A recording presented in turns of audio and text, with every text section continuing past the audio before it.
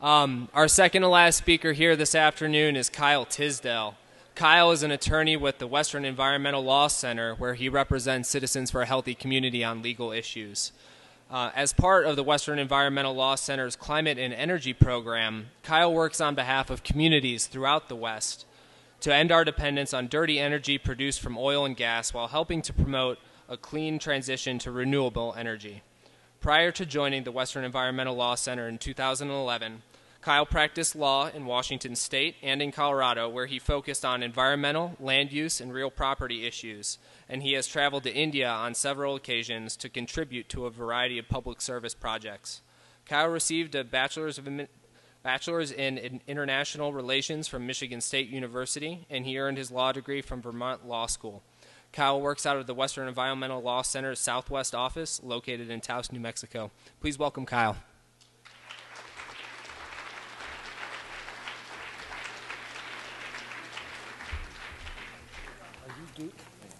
Good afternoon. As you said, that I work out of the Taos office of the Western Environmental Law Center. Our office is largely focused on fighting dirty energy throughout the West. Although I'm a lawyer, I'm not just going to talk to you today about the law. I'm going to start with a few sort of background details into the natural gas as a bridge fuel. I will also then go into a little more detail on how that implicates the North Fork Valley and where we are today with what BLM is planning on doing. And then finally I'll get into the legal framework and discuss how citizens actually fight back against this. So first, natural gas is a bridge fuel. American Gas Association recently has provided that natural gas will be the bridge fuel to the future. The electric industry is expected to turn the natural gas as a bridge until clean coal and nuclear generation are available. As Deborah was saying, that is a sort of ominous picture, but it's been something that, that the natural gas industry has been touting for a long time. Even back as far as 2001, the American Gas Association has been singing the praises of natural gas.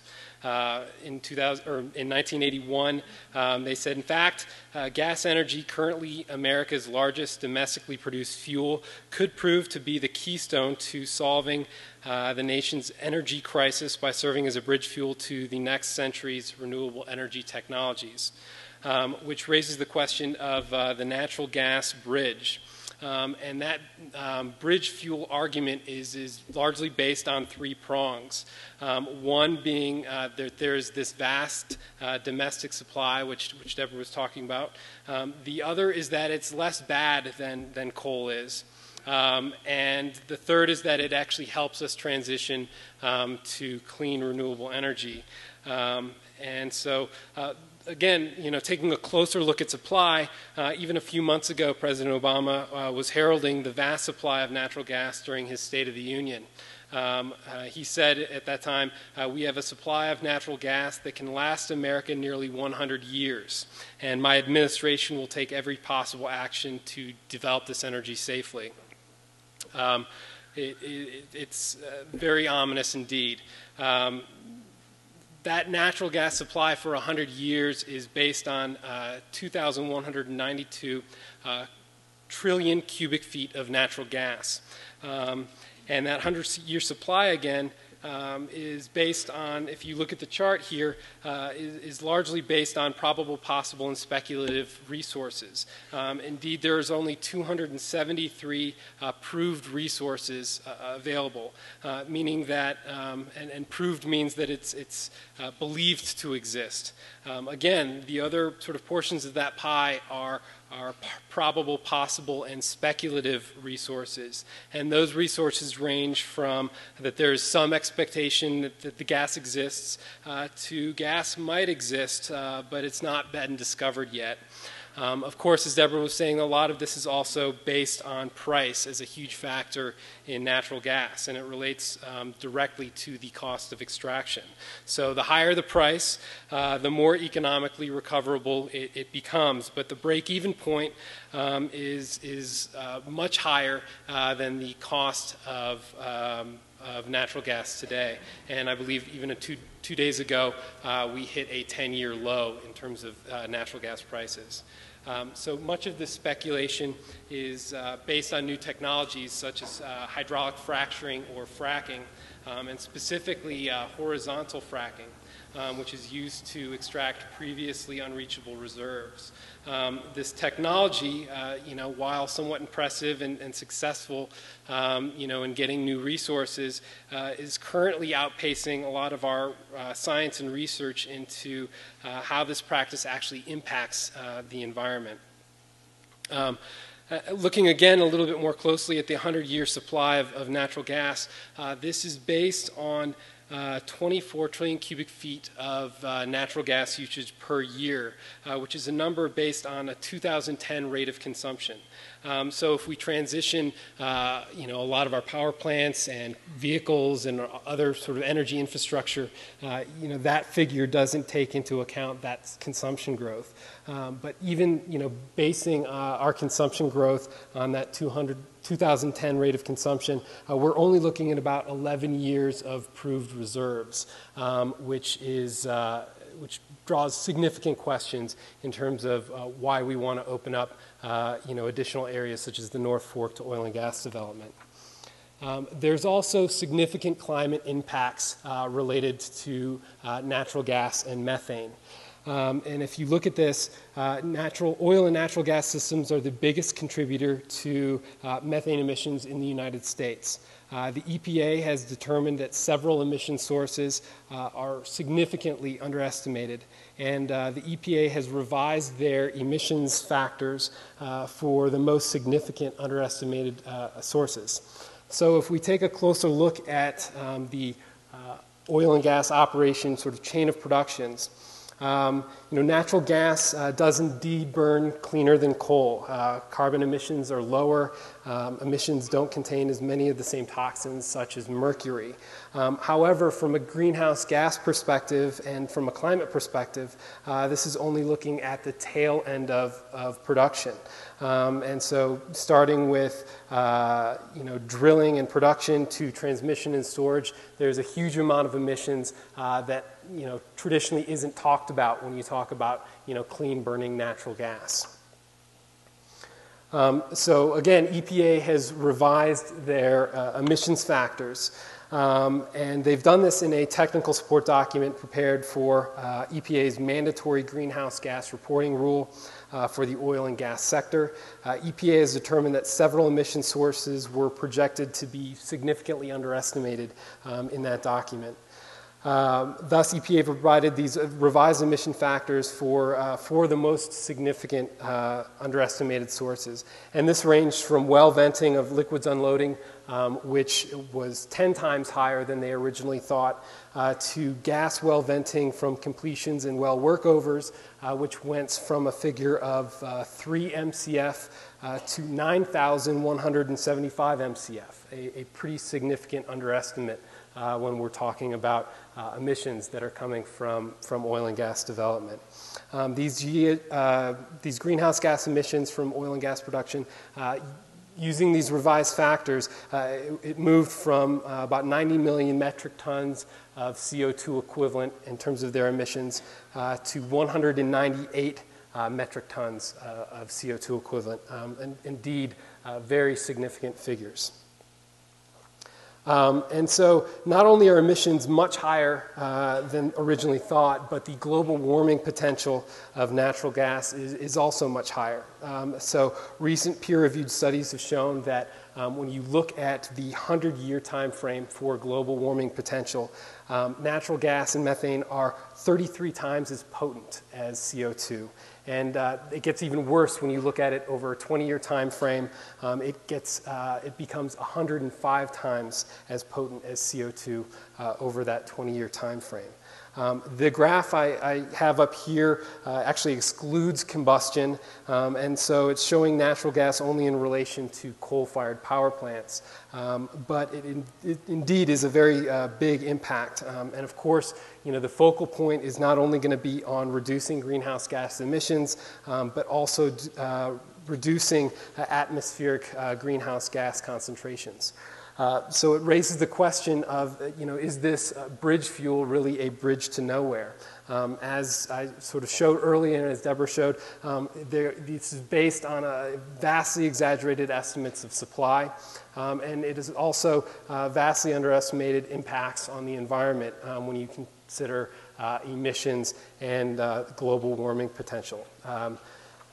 And so moving to the North Fork Valley, this is obviously an extraordinarily beautiful place with a lot of organic farms and ranches and orchards and vineyards.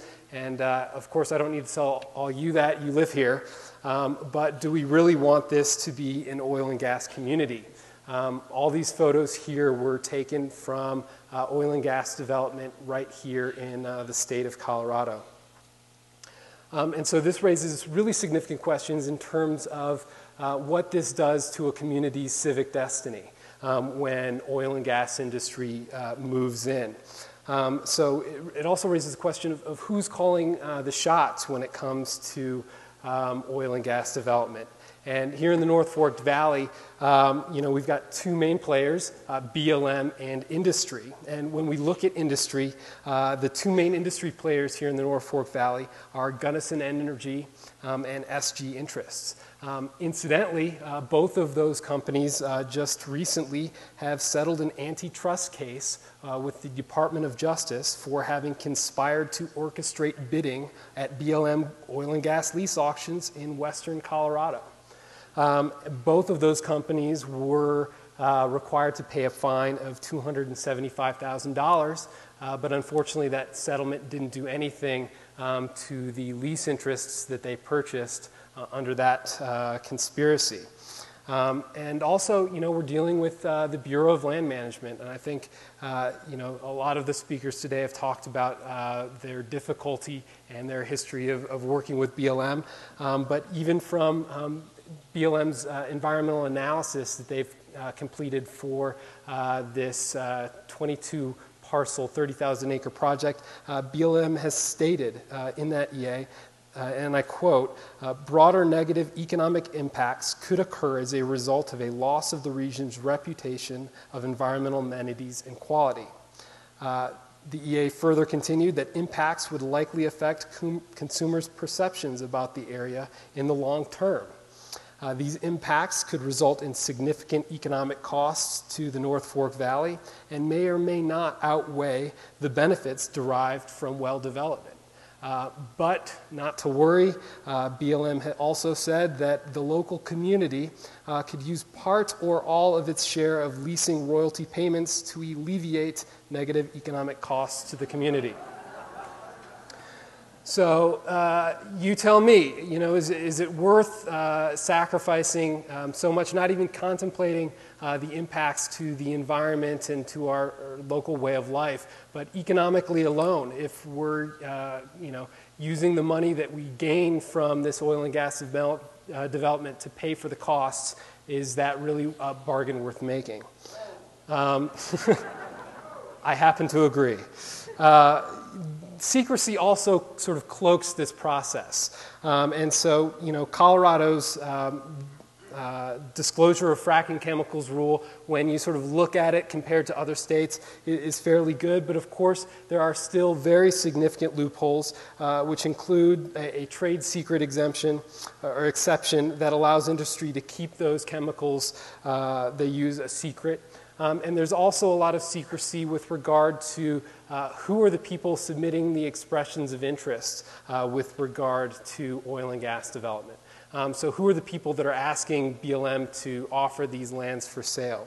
And as a quick aside, WELC, on behalf of CHC, has filed an appeal, and it's currently in its administrative stage, which is with the Department of the Interior in DC, requesting that they tell us who has submitted the expressions of interest here in the North Fork Valley.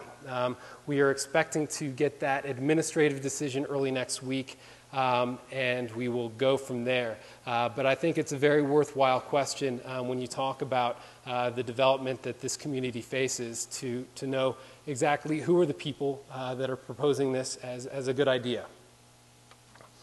The other thing that we're really trying to build into our arguments at WELC when we work on oil and gas cases is this notion of resiliency. And traditionally, resilience is thought of in the sort of wildlife context, but it also plays directly into the resiliency of a community to adapt to changes in a global warming situation and global warming climate. Impacts from climate change are many, and they are already being experienced. The science is pretty clear on this. It is leading to shorter and warmer winters, less precipitation, drought and water shortages, wildfires, insect infestations, plant and species migrations. The impacts go on and on. So in the face of these impacts is where resiliency comes into play, and it relates directly to a community's ability to adapt and remain healthy in the face of these impacts. When I was in the North Fork Valley a couple months ago, I was here and I heard one woman say that 80% of everything she ate came from a farm or ranch in the North Fork Valley. And this is exactly what we're talking about when it comes to resiliency.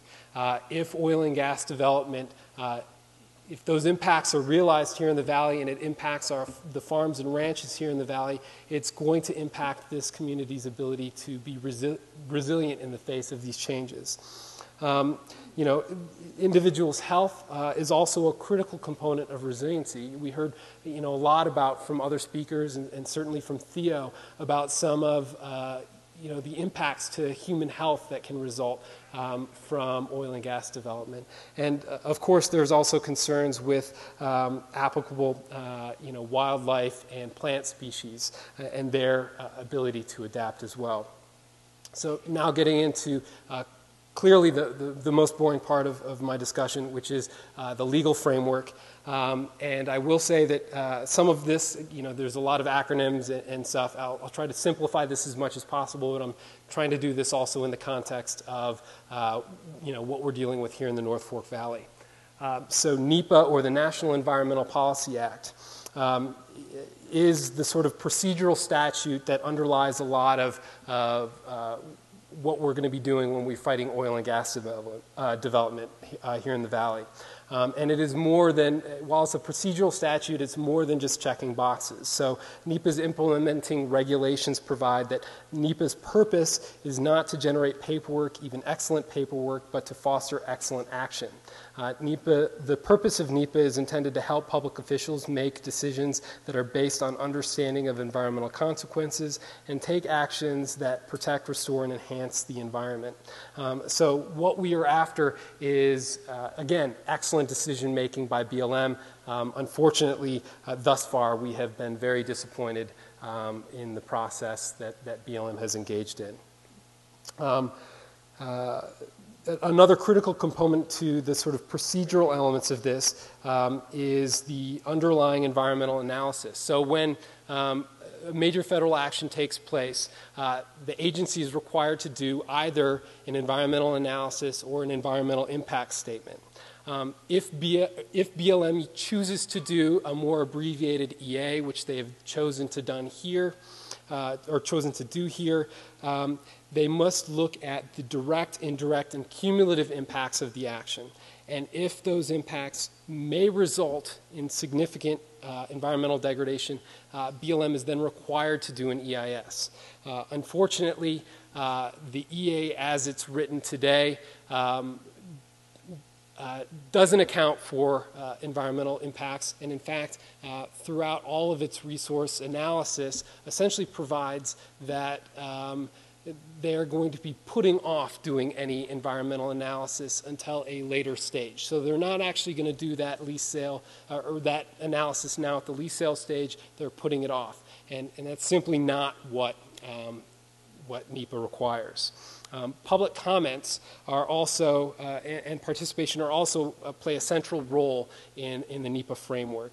And indeed, one landmark NEPA case, the court described this role by saying, and I quote, NEPA public comment procedures are the heart of the NEPA review process and reflect the paramount congressional desire to internalize opposing viewpoints into the decision-making process to ensure that the agency is cognizant of all environmental trade-offs that are implicit in a decision. So I can't overstate enough how important it is to remain organized and to submit comments to BLM, even if it seems like the local field office here isn't paying attention. Ultimately, it's important to us as we sort of move forward with potential litigation that we can show that the community is indeed a sort of unified voice in opposition to this development. NEPA also creates the scaffolding or framework from which we can then build on other claims.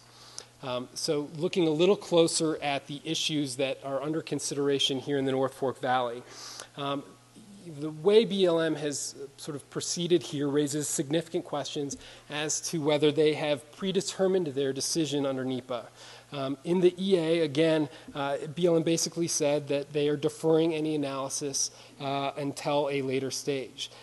But by not doing analysis right now at the lease sale stage, BLM essentially not only guarantees that they are going to issue a finding of no significant impact, but they also assume that any impacts that do occur from oil and gas development can be mitigated later. So it moves the sort of framework from one of preventing impacts to one of mitigating impacts. And not only is that not what NEPA requires, but courts across the country have said that that isn't what NEPA requires.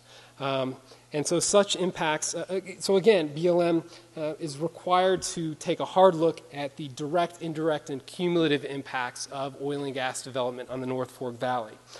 Such impacts that they have to look at include air quality, climate, farmlands, soil slopes and vegetation, ground and surface water resources, wildlife, visual and recreation, and economic impacts, to name a few. So by not taking a look, by not taking a hard look at these impacts, BLM has also failed to establish an environmental baseline of information from which any future impacts can then be analyzed. So by not looking at impacts at this stage and by deferring analysis till later, well, the train has already left the station at that point. We don't know then what the environmental baseline is, and it becomes impossible at that point to put the train back at the station. BLM, of course, is also required not only to look at impacts from this lease sale alone, but they also must consider cumulative impacts to the environment from other oil and gas development in the area, as well as cumulative impacts from coal mining in the area. So most significantly in that regard, BLM has failed to take a look at what are the impacts between developing this 30,000 acres in the North Fork Valley and the 150 or 146 well development that they're doing up in the Bull Mountain area. So they're segmenting out any discussion of those two development scenarios, and that simply is not what NEPA says that they have to do. They have to consider all of those impacts under one cumulative analysis. BLM is also required to compare and contrast all reasonable alternatives, including a no-action alternative. So looking at some other environmental statutes that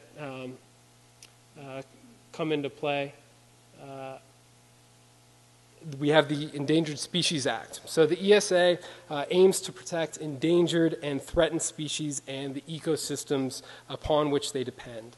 The ESA does this by imposing two obligations. The first is procedural, the second is substantive. So looking at those procedural requirements, at a minimum, BLM must conduct a biological assessment. Unfortunately, in this case, BLM has failed to conduct a biological assessment. In that biological assessment, if the action may affect a listed species or habitat, they're then required to do a more thorough and in-depth analysis called a biological opinion. And the ESA also requires that BLM says that they have a duty to consult with the Fish and Wildlife Service to determine the effects of their actions on listed species and critical habitat. Well, the regulations also say that they can't do that consultation until the biological analysis is done. In this case, BLM has not only identified a number of species that indeed may be affected by this action, but they have failed to do any analysis under NEPA, they've failed to conduct a biological assessment under the ESA, and they've failed to consult with the Fish and Wildlife Service. All of these things, I would argue, have to be done before the lease sale can take place, and is something that we're going to be looking very closely at. Another statute that comes into play is the Clean Water Act. Under the Clean Water Act, BLM has to comply with federal, state, and local water pollution and control requirements. There's also what's called an anti-degradation policy, and that requires that standards be sufficient to maintain existing beneficial uses of navigable waters, preventing their further degradation.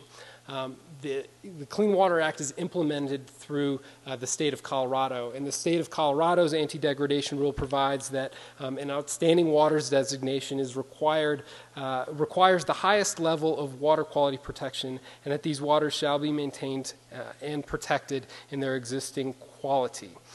There are several segments of the North Fork watershed that have been designated as outstanding waters, and these segments include all tributaries to the North Fork of the Gunnison, including all lakes, reservoirs, and wetlands within the West Elk and Raggeds Wilderness areas.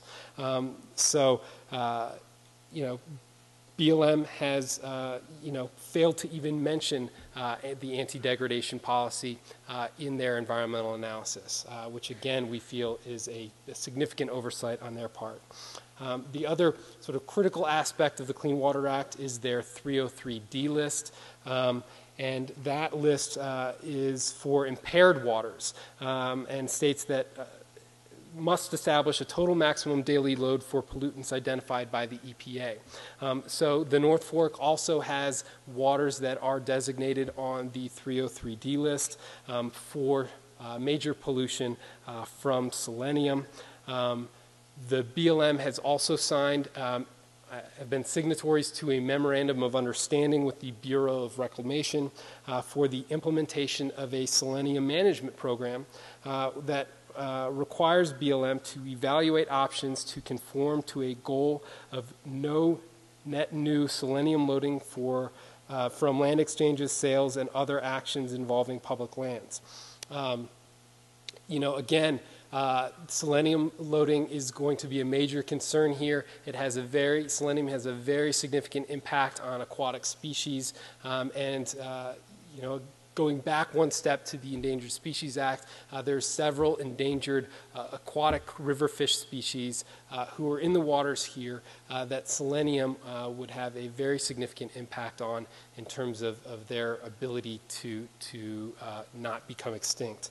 I should also mention, while talking generally about water quality degradation, and perhaps I could have also discussed this earlier when I talked about civic destiny, but a recent report has identified that in 2011 alone, there were 516 spills related to oil and gas development in Colorado.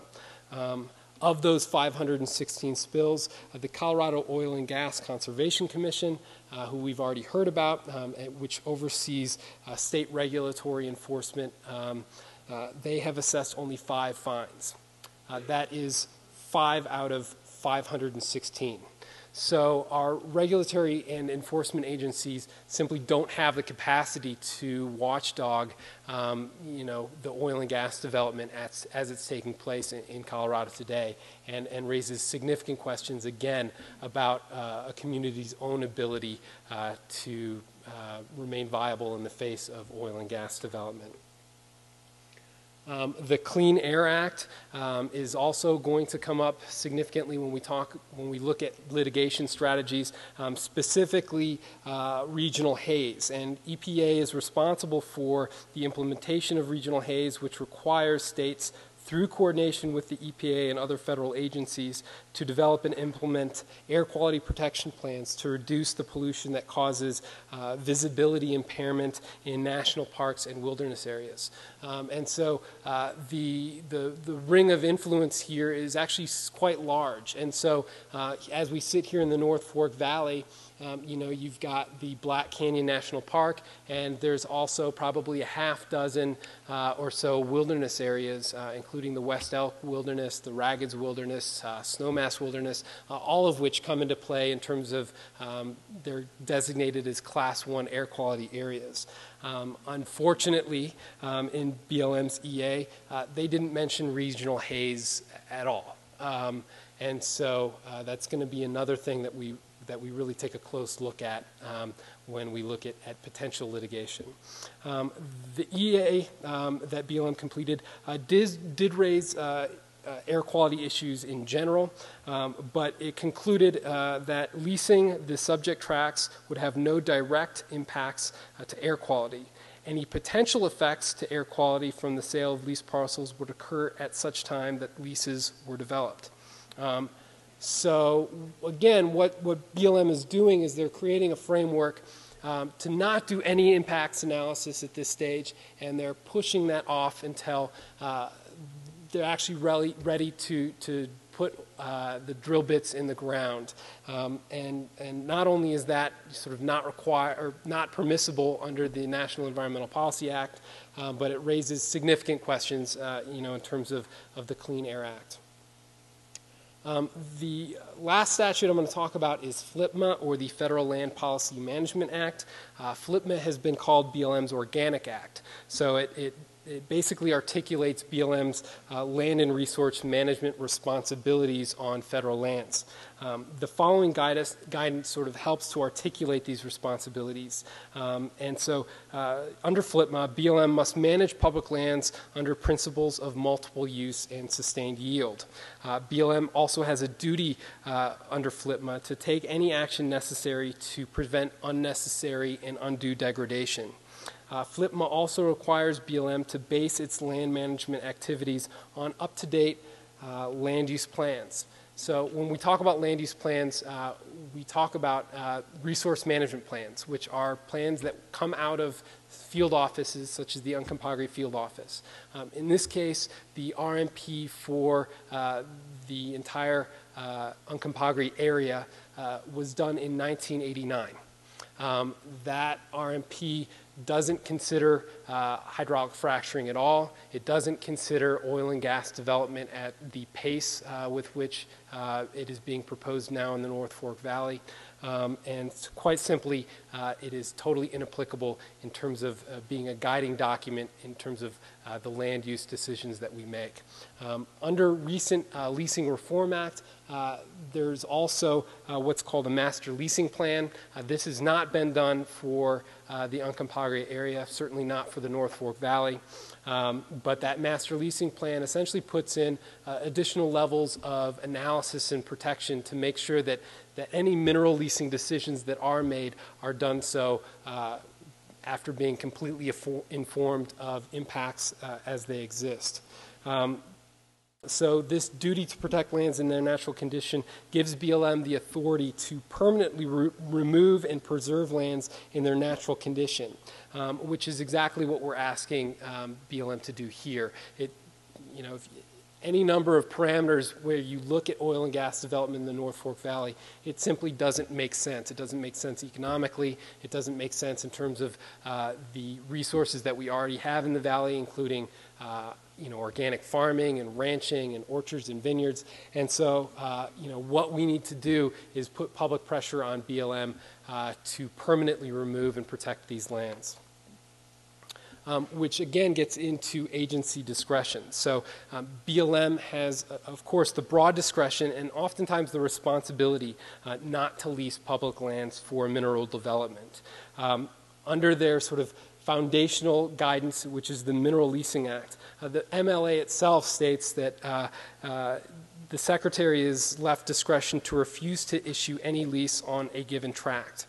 The MLA also says that the fact that land has been offered for lease does not bind the Secretary to actually lease the land, nor is the Secretary bound to lease land when a qualified applicant has been selected.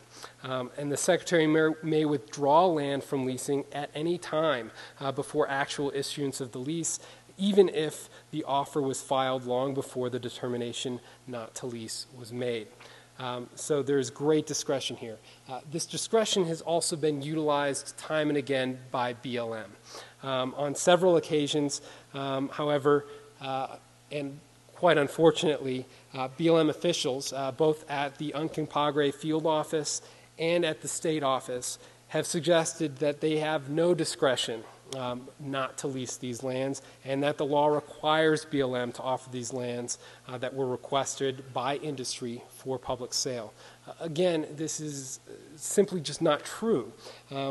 These are, what I have on the slide here are just some of countless examples of where BLM have removed parcels from consideration.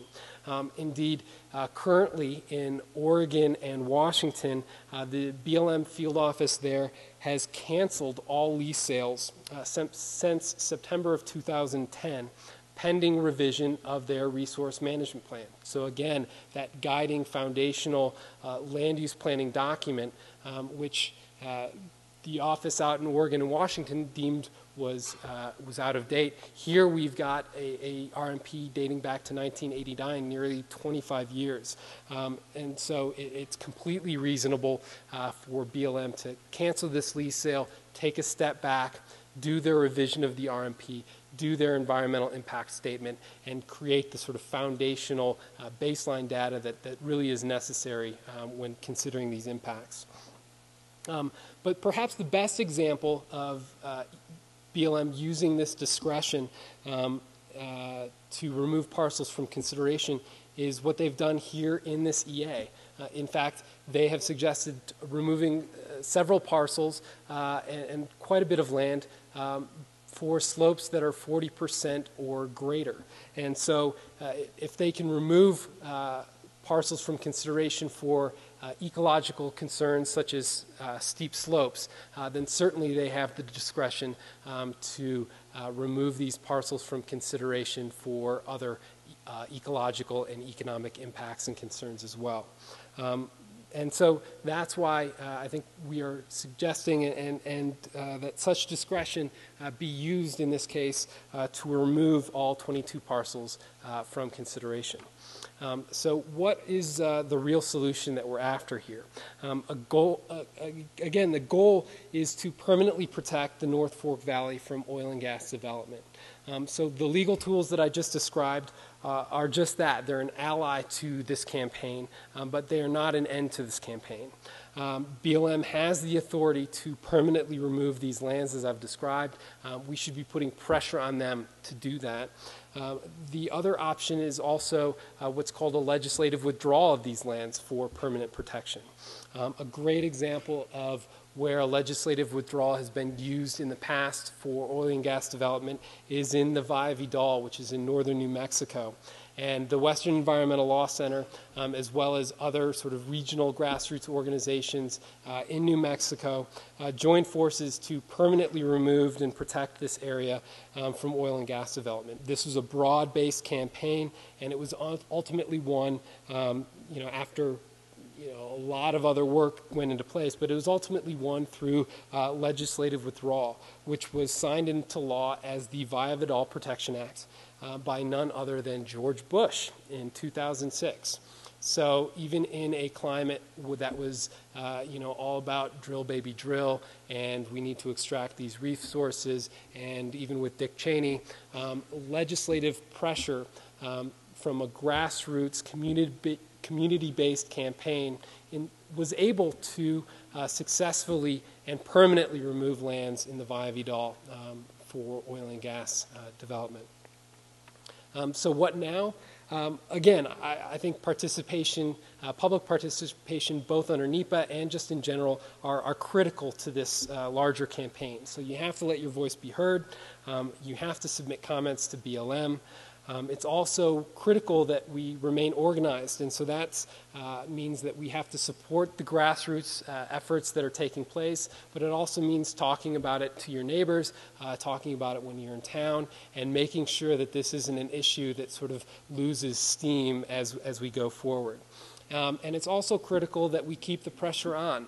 We have to communicate with our local and our state and our national representatives and keep the pressure on them and let them know that these lands, anyone looking at these lands, anyone taking a hard look at these lands, it's impossible to see how these are really viable oil and gas plays. And so we need to keep the pressure on to permanently, remove these lands from consideration. That is all I have for you. Again, my email address is up here. Oop. There we go. Real Solutions, What Now? And again, my name is Kyle Tisdel. My email address is there. If you have any questions, feel free to reach out. I can also be contacted through CHC. Thank you.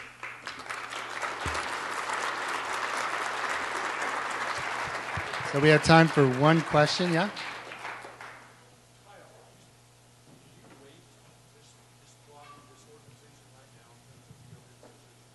So the question was about grassroots organization and pressure, and you were asking somehow give a rating on how well this is working?